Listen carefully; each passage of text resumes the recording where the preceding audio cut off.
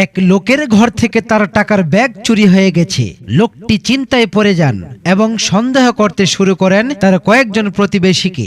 একদিন তিনি সবাইকে ডেকে বললেন, ভাইরা আমার, যদি তোমাদের মধ্যে কেউ আমার টাকার ব্যাগ নিয়ে থাকো, দয়া করে ফেরত দিয়ে দাও। আমি কারো নামও বলবো না, তোমাদের কোনো শাস্তিও দেব না। কিন্তু কেউ চুরির দায় স্বীকার করল না। তখন তিনি একটি পরিকল্পনা করলেন। তিনি প্রত্যেক প্রতিবেশীকে একটি করে 1 ফিট লম্বা কাঠি দিয়ে বললেন, এই কাঠিগুলো আমি দেশের একজন বিখ্যাত কবিরাজের কাছ থেকে এনেছি। তোমাদের মধ্যে যে চুরি করেছে, কাল সকালে তার কাঠিটি 1 ইঞ্চি বড় হয়ে যাবে।